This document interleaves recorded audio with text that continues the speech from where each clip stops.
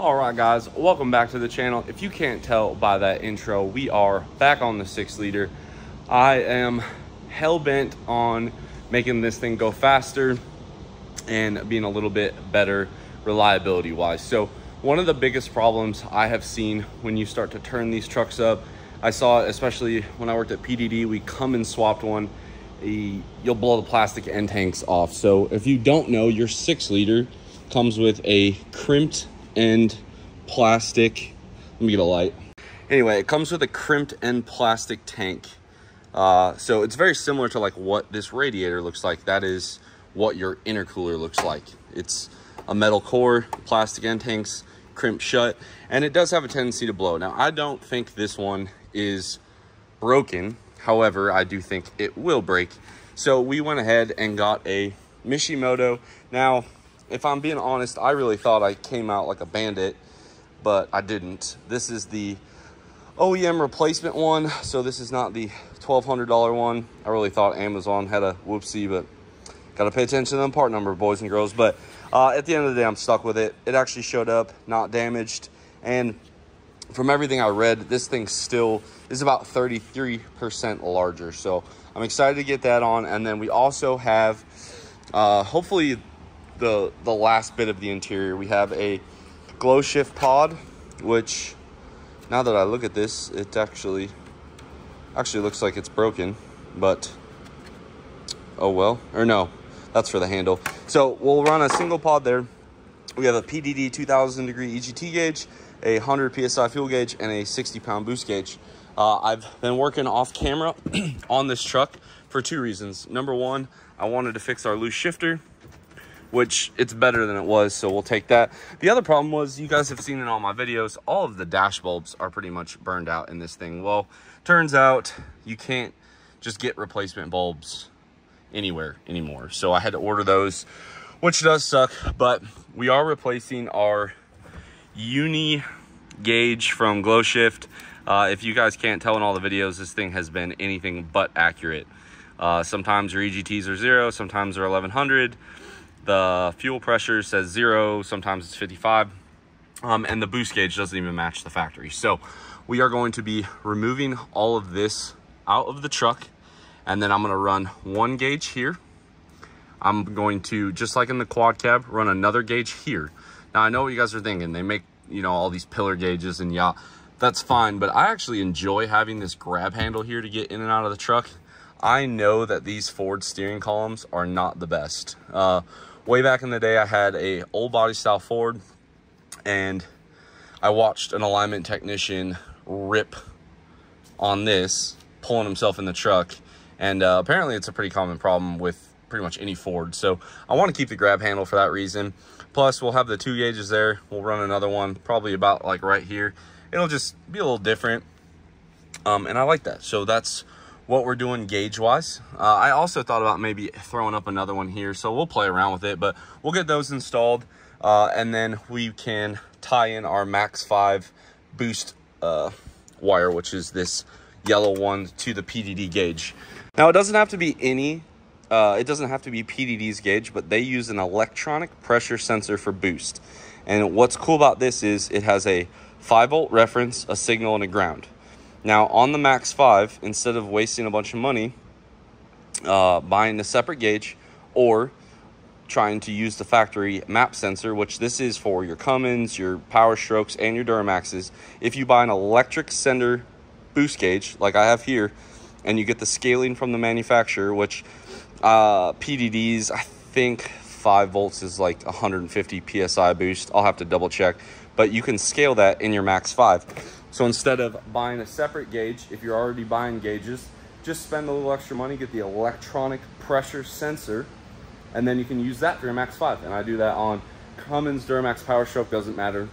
The only other thing we're gonna get done off camera will be an oil change. It's been 1,100 miles on this oil since we did all of this work. I'm gonna just change it, make me feel a little bit better, because we did have, you know, fresh cam and lifter, so it's probably time. But I'll be excited to see our fuel pressure reading. The nice part is this truck's already had gauges, so all we simply have to do is unthread this sensor, put the new one in, run the new wires. The exhaust manifold's already tapped for EGT, so this will be a pretty easy install and we won't waste much time on it. But most commonly on your Ford Power Strokes, you're going to have a, and it's from the factory, you'll have a boost line that goes, again, from the factory into your intake, which is right here. If you guys look at the light, there's a factory nipple on your intake manifold, and it's this piece right here. And then that hose snakes around and comes right here to your map gate, to your map sensor, which is located right there. It's bolted to the underside of that steel plate. So a lot of kits that I've seen on Power Strokes, you basically just cut that line and intercept it. Very similar to what has been done right here. And this light's just killing you guys. Right here, as you can see, we already have that. So we will put our new sensor in there. Fuel pressure, I've seen it done a couple different ways. I kind of like it when you just have it threaded into the factory fuel bowl, just like that. You guys can see where that one's tapped. That's a good spot to do it. Most kits come with an adapter. Obviously, we already have one, so we will just keep on rocking out with that. And then on your EGT probe, pick a manifold. I really don't think it matters. The driver's side is obviously going to be your shorter wire run, right? So let me show you guys on this motor here. Obviously, this one's been removed from the truck. You're looking at the back side, okay? Obviously, your head's here, so your manifold's right here. Usually, I drill it about right here. You kind of get like right where they're all collected, and you drill it there. Pretty easy to do. And I'll show you guys once we make our connections where they are at. For right now, I'm gonna start on the gauges, and then we'll get the intercooler pulled. There are a bunch of different ways to do this, guys. Don't take my way as gospel. All I do, I unbolt everything from this middle cross member here. I pull this cross member out. Pretty simple. Get a couple of screwdrivers, pry it up. It comes out no problem. And then your intercooler, unlike your Dodges, pulls legitimately straight up and out. It doesn't have to go around the radiator. So I'm gonna get the charge pipes pulled, and should be a pretty easy intercooler swap on these.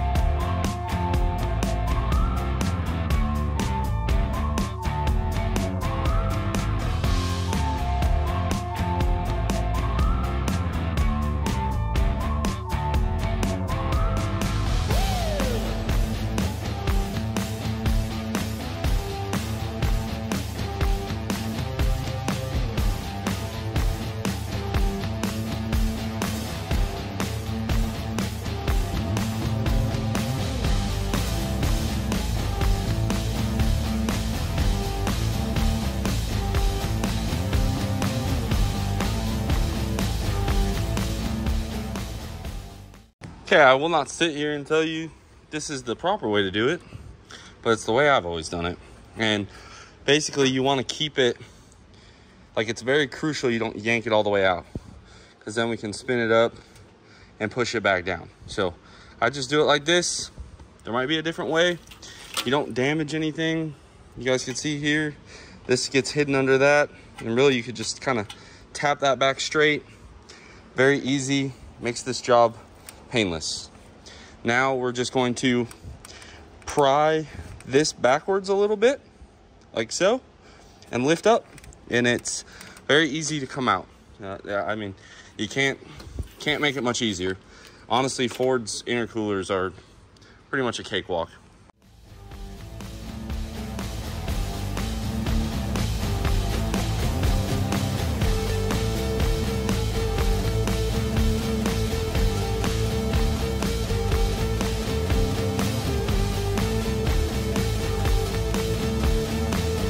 All right, now we're looking at the intercooler side by side, OEM, Mishimoto. Our OEM one, again, plastic crimped ends on a aluminum core. Really, just looking at them, the Mishimoto does look better. I will say I am not a huge fan of Mishimoto, nor do they sponsor this channel. I hate the way they ship stuff. It's like asking to get broken. And I've had some issues splitting their intercoolers in like compound Cummins stuff. So I've always preferred On3, but they don't make one for this. So Mishimoto it is. Looking at it, they say it's 33% more efficient. I don't know. You have a 2 3/4 core against a 2 1/4 core. So it's a 1/2 inch thicker. The width and length of the cores are identical, but it does have a little bit more of a like airflowy radius bend here. I'm drawing a blank, whereas this is more of like a dead stop 90 over. Nice radius is, I guess, what I'm trying to say. We swap all of our stuff over, which again, for what it costs for these intercoolers, you would think that it would come with new like rubber isolators, but no brand that I've ever installed does. And yeah, obviously a little bit better upgrade. Again, we're not trying to like chase any records here. I've been pretty upfront with the power stroke content. I want to take this thing and I want to race 770, and then I want to make 1,000 horsepower on nitrous with this truck. Whatever it takes to get there, whatever we blow up in the path there, so be it. We'll get there eventually. And this is definitely a roadblock to horsepower. So I'm going to swap everything over. We'll go ahead, drop this in, get our boots lined back up, and call that an install. Okay, spared you guys the struggle bus of getting this in. I tell you what, it might only be a 1/2 inch thicker on the outside, but it's a struggle to get this thing back in with all this stuff. But yes, I do know you can pull the radiator out and all that. I don't like doing it that way. I like doing it this way. You just take a pry bar and you kind of spread the fenders, drop this back in. Unfortunately, I knocked it out, so it is what it is. I already got this one intercooler boot on. Curious to see if we start blowing boots now with this, but I think we'll be okay. The only thing I will say is the plastic one has a much sharper edge for the boot to bite on, like right here. And the Mishimoto has like that rounded kind of like almost welded end on it. So it might be easier for it to slip off, but as of right now, it appears to fit in the OEM slot. I'm gonna go ahead and get this all thrown back together, and then we'll see what you do. Okay, so we have our stuff all reinstalled. The driver's side is all buttoned up. I did leave this passenger side intercooler pipe out, and you guys can now see more what I was talking about with the boost gauge being teed in there, and there is your plastic fitting. Ooh, look at that, peek that fleece logo right there. But anyway, now I can go ahead and get my boost sensor swapped over. So for right now, I'm gonna leave this apart. I'm gonna get to work on installing the gauges, and then after that, I'll show you guys the finished result. Pretty hard to show you guys what I'm doing inside the cab of the truck. It's very dark, and you guys will get bored anyway. So there she is, fully installed. Everything lined up OEM, so I'm thrilled about that. Really sucks, you can't even tell we did this upgrade through the hood like you can on the Cummins, but it is what it is. Yeah, this is gonna be our stopping point for tonight. Got them all mounted. I just gotta tighten this one down. We went EGT here, fuel pressure, and then our boost is down here. My thought process was it kind of covers the factory boost gauge. And if you're looking at it from my point of view, you can see all of your gauges at once. And then remember that our SCT is gonna be hanging out right here. So it should be pretty easy to look at what the truck's doing, especially in like one clip for you guys when I film. And I wanted to not make any more blind spots in this truck. One thing I will say about like this year Ford, like this A-pillar, it seems real thin, but like where you sit in the truck, it is a huge blind spot, even compared to like a 3rd gen Ram, which I think up until this was probably the worst. But that's kind of the layout. Obviously, we got to finish all of our connections, tie up our loose wires, but we have all of our sensors and everything in the truck. It's literally just hooking up some powers, grounds, and signals. We'll pick it up in the morning.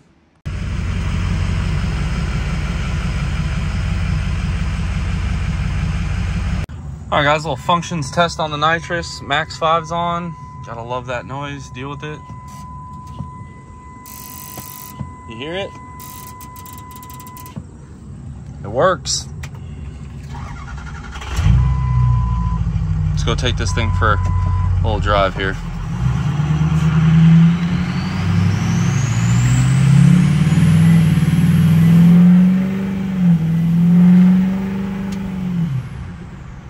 God, I absolutely love this thing, guys.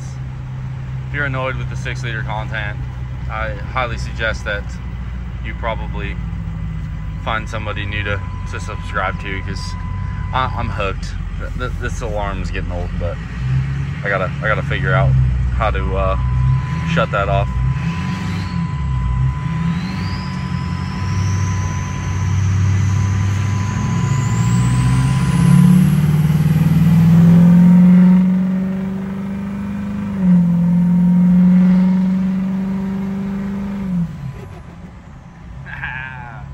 Yes, sir. All right, let's spool this thing up. See if this intercooler has made any difference. Like perhaps we had a boost leak. I love how, like, I run a shop, and one of the first things I tell every customer that complains about no power is, did they boost leak test it? And here I am. No boost leak test. Put her in fur here. Good Lord, that noise. Let me get you guys in a little shade here. There we go. Alright, so there's our boost gauge, there's our fuel pressure. Looks like the EGT's having some issues. I reached out to Tim. They're already gonna get me taken care of.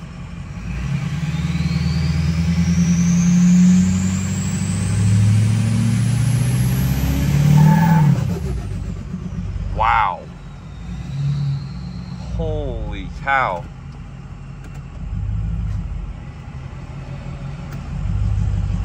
Let me try that again.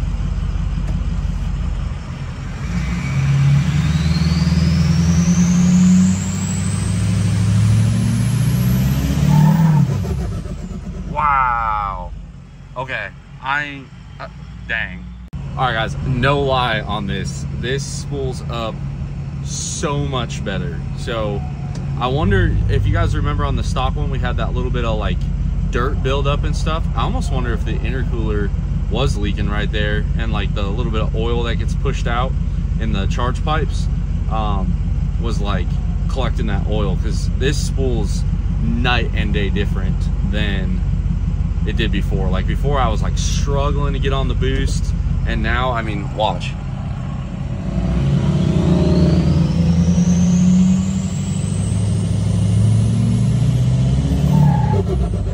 Like for a V8, that's quick in my opinion, especially for a big Valley turbo. Dang, that's awesome. Absolutely awesome. Our fuel pressure is staying pretty solid, and now we can actually keep track of it all. And now you guys can kind of see what I was going for here with the SCT, the gauges. Everything's real easy to monitor. All right, guys, and we're gonna end this video right here. Big thank you to PDD on making those gauges. They are pretty awesome. Max recall is a really cool feature to have, and we'll get that one fixed, no big deal. We used the glow shift pod on there, and then the auto meter little cups for this, and then we got our Mishimoto intercooler off of Amazon. Again, I thought I bought the more expensive one for a really good deal. Turns out it was just their stock replacement, which I showed is a little bit bigger. But anyway, like this one, drop your comment down below. Just a friendly reminder about Shide. It is the end of August. I think it's like the 25th, 26th. I'll correct it if I'm wrong. Be there. ODSS and sled pulling, one of the best events, period, if you want to see the best of both worlds in one spot. It's in Wagler Motorsports Park, which is in Indiana. I think Lyons, Indiana is where it's at. Be there, like, comment, subscribe. And as always, guys, I will catch y'all on the next one.